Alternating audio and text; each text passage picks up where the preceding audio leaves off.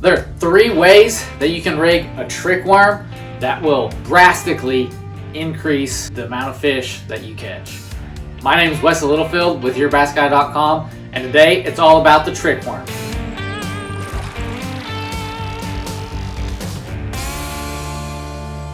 There's 3 ways that I rig the trick worm when the bite gets tough that I seem to always get a bite on at least one of these 3 ways, and that is Texas rigging it, Wacky rigging it, and on the shaky head.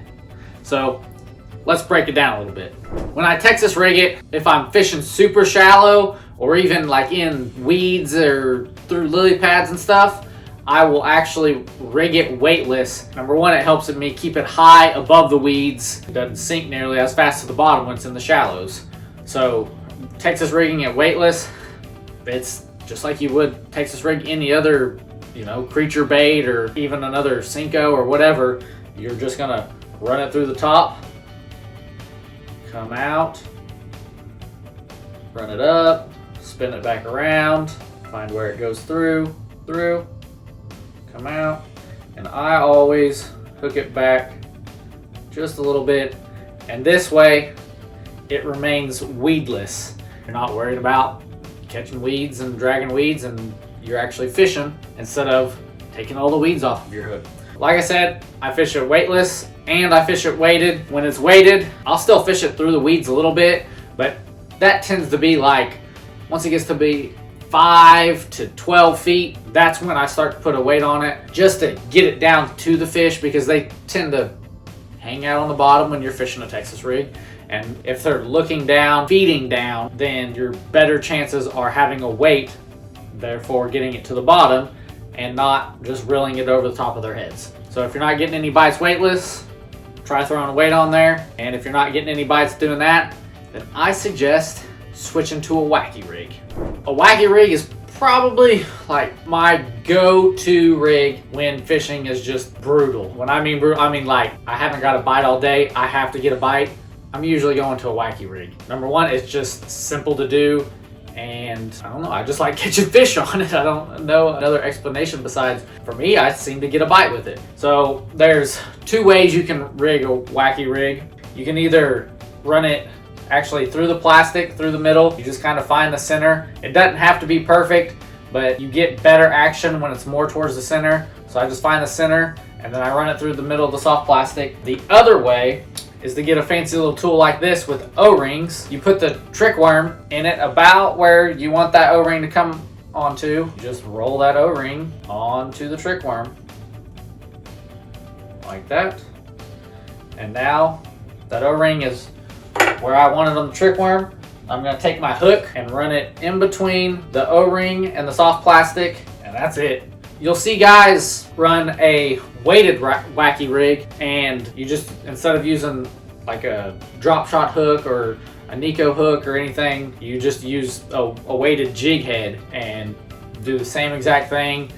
That's when the fish are, of course, feeding on the bottom. If they're feeding up a little bit more, then you can go with the weightless and the little bit smaller hook. The smaller hook, I like it because it doesn't take away from the presentation as much as a bigger hook has. I've used bigger hooks, I've caught fish using bigger hooks, so if that's all you have, don't feel like you can't fish a Wacky rig. I just find that I tear more soft plastics with a bigger hook, and my hookup ratio might not be as good because sometimes, you're just catching smaller fish. If I find that the weighted Wacky rig is working very well, I will switch to a shaky head. And a shaky head is a very slow technique, and I find that it's usually pretty boring to fish, but it catches fish, and I've caught some big fish, especially this year alone, on a shaky head. So rigging a trick worm on a shaky head, it's just like rigging anything else on a shaky head, especially if your shaky head has the little corkscrew here. Super simple. Make sure it's straight, push it on there, and twist it, and twist it, and twist it. And once you're done twisting it, make sure it's secured up against your lead weight. Find where it should go through. Pull it through like so. And there you go. And your trick worm will do a little dance underwater as you shake it like a shaky head. Now once again, this is more for when the bass are feeding down, they're on the bottom, and you've got to get to them. I tend to, fish a Wacky rig really pretty shallow, from inches to about 5 feet tops, and then that shaky head comes in at about 5 feet to 12 feet, depending on how heavy weight you've got on your shaky head. You can go a little bit deeper if you need to or want to, but my sweet spot is 5 to 12 feet, and that's most ponds, that's most along the bank of a lake, anything like that. Shaky head's gonna work.